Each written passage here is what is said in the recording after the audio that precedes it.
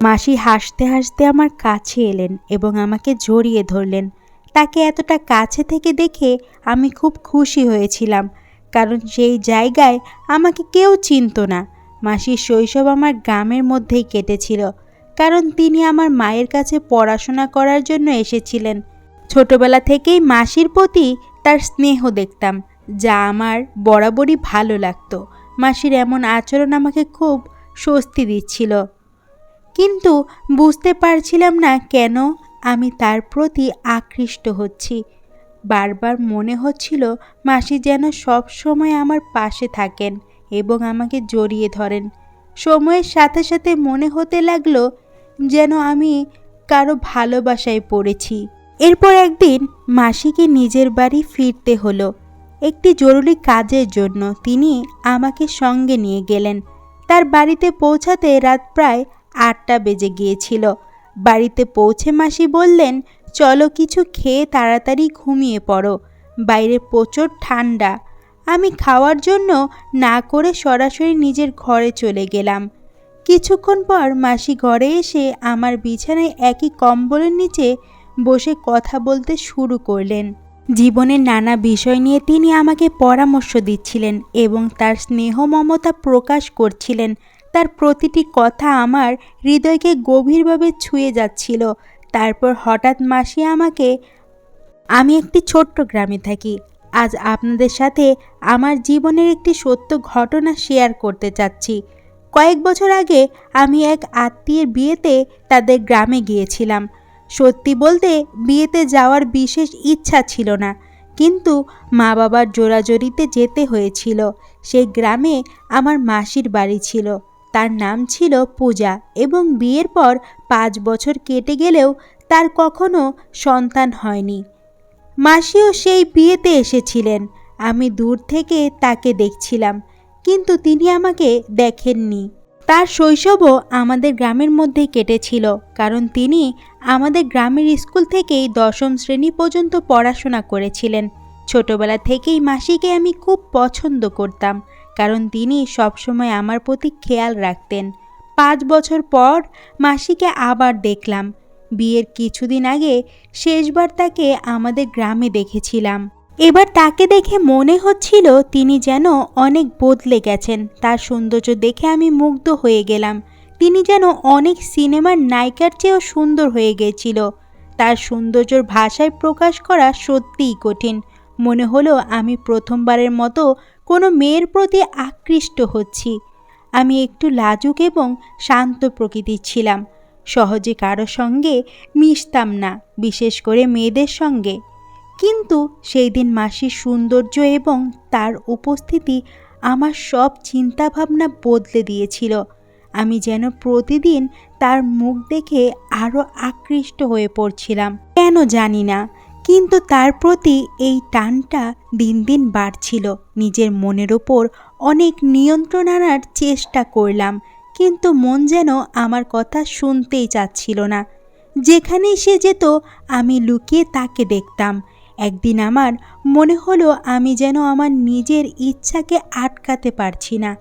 কয়েক ঘন্টার মধ্যেই আমি সাধারণ একজন মানুষ থেকে একজন পাগল প্রেমিকে রূপান্তরিত হলাম।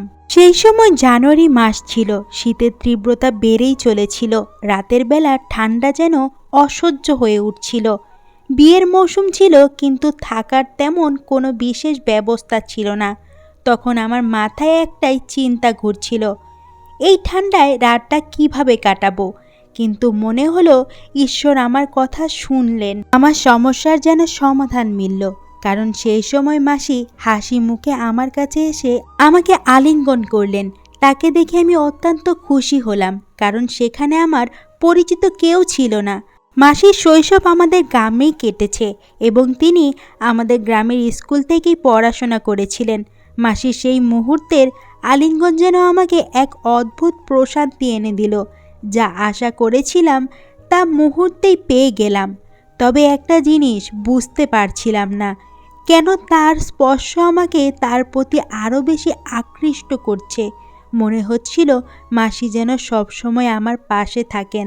তার সঙ্গে সময় কাটাতে এক অন্যরকম আনন্দ অনুভব করছিলাম, যা আগে কখনো অনুভব করিনি। আমি যেন পুরোপুরি মোহিত হয়ে পড়েছিলাম। ঠিক তখন মাসি একটু দূরে সরে গিয়ে বললেন, কুনাল তুমি কখন এলে? আমি উত্তরে বললাম, মাসি আজই এসেছি।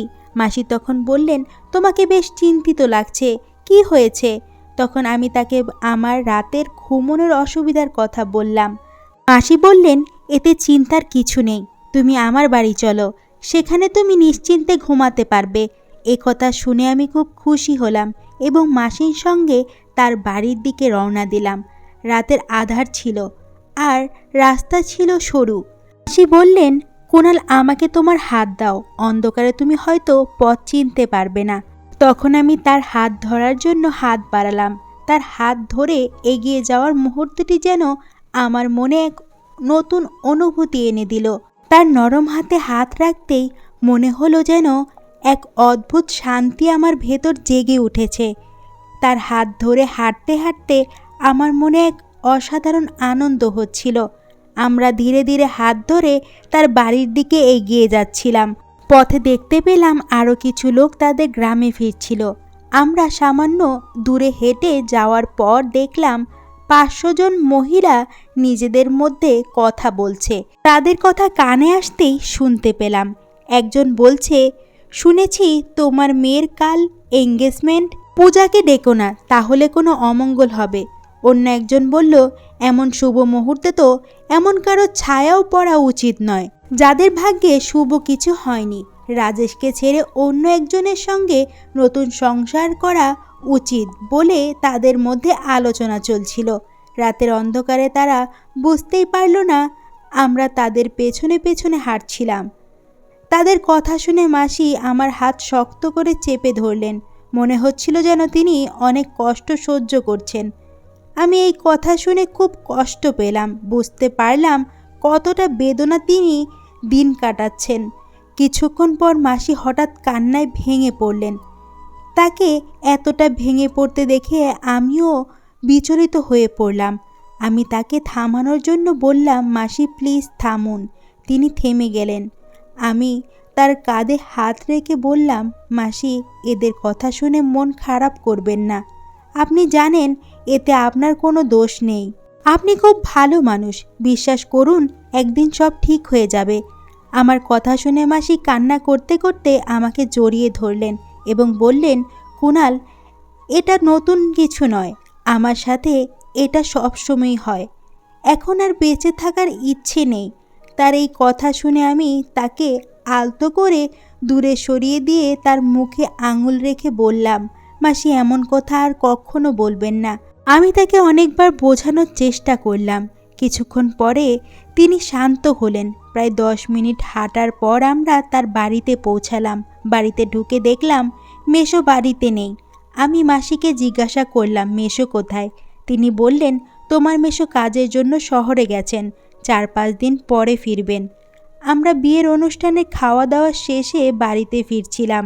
বাড়ি ফিরে মাসি আমাদের দুজনের জন্য দ্রুত বিছানা পেতে দিলেন। শীত প্রচুর ছিল, তাই আমরা চাদরের মধ্যে ঢুকে গল্প করতে শুরু করলাম। বিভিন্ন বিষয়ে কথা বলতে বলতে হঠাৎ আমি জিজ্ঞাসা করলাম, মাসি এত বছর পরেও আপনার সন্তান কেন হলো না? আমার কথা শুনে মাসি খুবই কষ্ট পেলেন এবং আবেগ ভরে বললেন, কুনাল কি বলবো তোমাকে, তোমার মেসোর মধ্যে একটি সমস্যা রয়েছে। তিনি কখনোই এই বিষয়টি আমাকে বলেননি, কিন্তু একদিন আমি নিজেই জেনেছি। তোমার মেসো যেই ক্লিনিকে টেস্ট করিয়েছিলেন সেখানে আমার এক বন্ধু কাজ করে, সেই আমাকে জানিয়েছে তোমার মেসো কখনো বাবা হতে পারবে না। মাসি একটু থেমে আবার বললেন, আমি কখনো এ নিয়ে তার সঙ্গে কথা বলিনি, তবে একটা জিনিস দেখেছি, তোমার মেসো বিভিন্ন সাধুদের প্রতি খুবই বিশ্বাস রাখেন। তাদের কথায় তিনি অনেক টাকা খরচ করছেন। কেউ বলেছে 5 মাসের মধ্যে সুখবর আসবে, কেউ বা বলেছে 3 মাসের মধ্যে, এমনকি একজন তো 1 মাসের মধ্যেই সুখবরের প্রতিশ্রুতি দিয়েছে। তবে এইসব কথা শুনতে শুনতে 3 বছর কেটে গেছে। আমি জানি এসবের কোনো ফলাফল হবে না। এই কথা বলার সময় মাসি কান্নায় ভেঙে পড়লেন।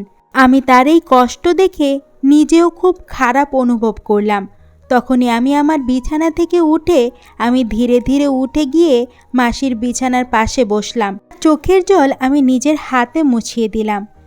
যখন তার চোখের পানি মুছে দিচ্ছিলাম তখন তিনি একটু হেসে ফেললেন। মাসি বললেন, কুনাল, তুই এখনও আমার কত খেয়াল রাখিস। আমি একটু হেসে দিলাম এবং আমার বিছানায় ফিরে যেতে চাইলাম, কিন্তু ঠিক তখনই মাসি আমার হাত ধরে বললেন, কুনাল, তুই যদি আজ এখানে না থাকতিস আমি হয়তো এমন কিছু করে ফেলতাম যা ভুল হতো। তুই সত্যিই খুব ভালো, আজ তুই আমাকে বাঁচিয়েছিস। তিনি আমার হাত নিজের হাতে নিয়ে বললেন, তোর মতো পুরুষ খুব কমই আছে যারা মহিলাদের কষ্ট বোঝে এবং তাদের অনুভূতিকে গুরুত্ব দেয়। তুই সত্যিই অসাধারণ। এই কথা শুনে আমার মনে এক অদ্ভুত আনন্দ হলো। আমরা কথা বলতে বলতে মাসি আমার হাতে আলতো করে চেপে ধরেছিল। আমি তার দিকে কিছু বলার চেষ্টা করছিলাম, কিন্তু আমার মন যেন এক বিশাল ঝড় উঠেছিল। মনে হচ্ছিল আমি তাকে স্পর্শ করতে চাই, কিন্তু নিজের ইচ্ছেকে দমন করলাম। মাসি তখন হঠাৎ বললেন, যে মেয়ে তোর সঙ্গে বিয়ে করবে সে খুবই ভাগ্যবান হবে। তুই নারীদের সম্মান করিস এবং তাদের অনুভূতি ভালোভাবে বুঝিস। তিনি নিজের চিন্তায় ডুবেছিলেন, কিন্তু হঠাৎ আমার দিকে তাকিয়ে বললেন, এই ঠান্ডা রাতে তুই কিছুই পরিসনি? এমন চলবে না কুনাল, চাদরের ভেতর চলে আয়, বাইরে খুব ঠান্ডা পড়েছে। এই কথা শুনে আমার হৃদয় দ্রুত স্পন্দিত হতে শুরু করলো। আমি বুঝতে পারছিলাম না যে কী এইসব হচ্ছে, কেন হচ্ছে। এখন একসঙ্গে একই চাদরের নিচে বসেছিলাম। মাসি বললেন, সরি কুনাল, আমি শুধু আমার কষ্টের কথা বলছিলাম। এখন বল, তোর জীবনে কি চলছে? আমি উত্তর দিলাম, মাসি, আমি শুধু চাকরির খোঁজে আছি, কিন্তু চাকরি পাচ্ছি না।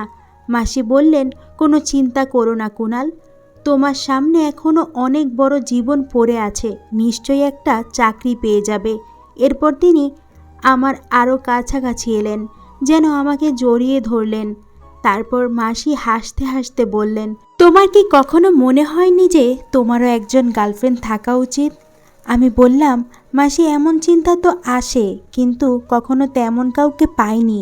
মাসি মুচকি হেসে আমার দিকে ফিরে বললেন, তাহলে বলো, তোমার কেমন গার্লফ্রেন্ড চাই? আমি সঙ্গে সঙ্গে উত্তর দিলাম, ঠিক আপনার মতো মাসি। অবাক হয়ে হাসতে হাসতে বললেন, আমার মতো কেন?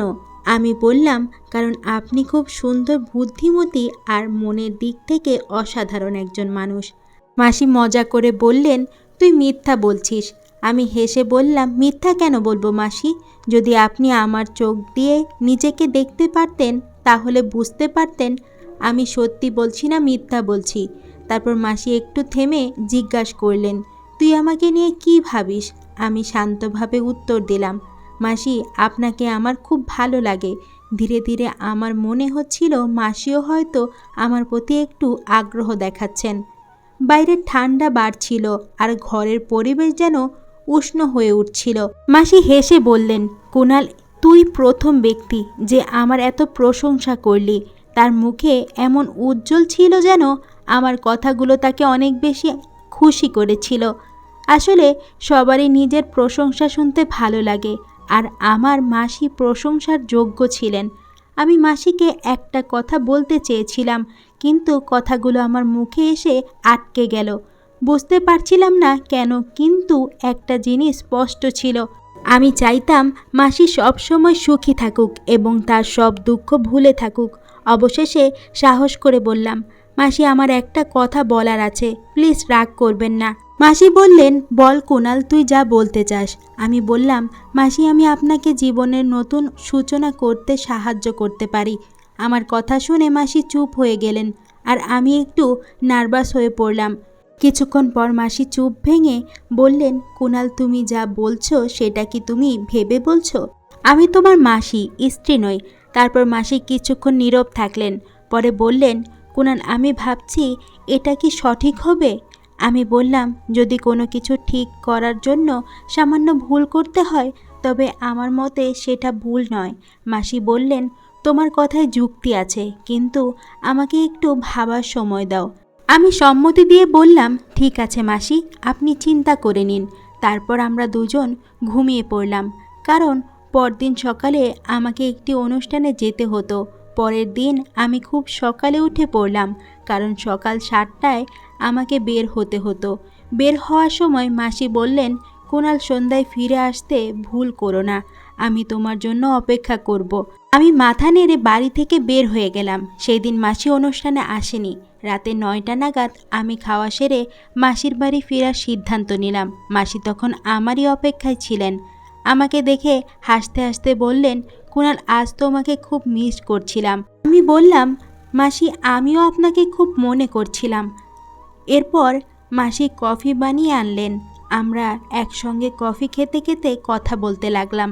হঠাৎ মাসি বললেন, কুণাল, তোমার গতকালের কথা আমি রাজি হয়েছি।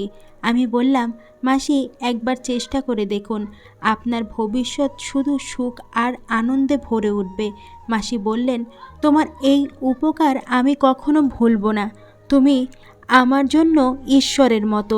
তারপর আমাদের কথা আর অনুভূতি ধীরে ধীরে আমাদের আরও কাছাকাছি নিয়ে এলো। পরদিন সকালে মাসি খুব খুশি মনে ছিলেন। তাকে দেখে আমারও মনে আনন্দ ভরে উঠল। মাসি আমাকে বললেন, কুণাল, তুমি আমার সমস্ত ইচ্ছা পূরণ করেছ, তোমাকে অসংখ্য ধন্যবাদ। আমি সঙ্গে সঙ্গে বললাম, মাসি, ধন্যবাদ দেওয়ার কিছু নেই। আমি শুধু চাই আপনি সবসময় সুখে থাকুন। আর আমি ঈশ্বরের কাছে প্রার্থনা করব যাতে আপনার জীবনে কোনো দুঃখ না আসে। এভাবে আমি মাসির বাড়িতে 3 দিন কাটালাম এবং তার মুখে হাসি ফোটানোর জন্য যথাযথ চেষ্টা করলাম। যখন আমি বাড়ি ফেরার সময় হলো, তখন মাসির চোখে জল ছিল। আমি তাকে জড়িয়ে ধরে বললাম, আবার দেখা হবে। মাসি এই বলে আমি বাড়ির উদ্দেশ্যে রওনা দিলাম। প্রায় 3 মাস পর মাসির ফোন এলো। ফোনে মাসি আমাকে জানালেন যে তিনি মা হতে চলেছেন। এই সুখবরটি পাওয়ার পর আমি খুবই আনন্দিত হয়ে উঠলাম এবং ঈশ্বরের প্রতি কৃতজ্ঞতা জানালাম। কিছু মাস পর আমার মাসি একটি ফুটফুটে ছেলের জন্ম দিলেন। আমার খুব ইচ্ছে ছিল আমি তাদের বাড়ি গিয়ে ছোট্ট ভাইটিকে দেখে আসি, কিন্তু তখনই আমার নতুন চাকরি শুরু হয়েছিল। ছুটি নেওয়ার সম্ভাবনা ছিল না, কারণ নতুন কাজে ছুটি নেওয়া মানে ঝুঁকি। সেই সময় স্মার্টফোনও ছিল না, যার কারণে আমি তার ছবি পর্যন্ত দেখতে পারিনি। প্রায় 1 বছর পর আমার বিয়েতে মাসির সঙ্গে দেখা হলো। সেই সময় প্রথমবার আমার ছোট্ট ভাইটাকে দেখেছি। তাকে দেখে আমার চোখে জল চলে এসেছিল। আবেগে আমি ভেঙে পড়লেও নিজেকে সামলে নিলাম। মাসিও খুব খুশি ছিলেন। তাদের আনন্দ দেখে আমার মনে হলো জীবন যেন সফল হয়েছে। বন্ধুরা, এই ছিল আজকের ছোট্ট গল্প। গল্পটি কেমন লাগলো কমেন্ট করে জানাবেন। যদি ভালো লেগে থাকে তাহলে অবশ্যই লাইক এবং আপনাদের বন্ধুদের সাথে শেয়ার করুন। এবং আরও মজার এবং আবেগঘন গল্পর জন্য আমাদের চ্যানেলটির পাশেই থাকুন এবং চ্যানেলটি সাবস্ক্রাইব করতে ভুলবেন না প্লিজ। নতুন আরেকটি গল্প নিয়ে আপনাদের মাঝে চলে আসব।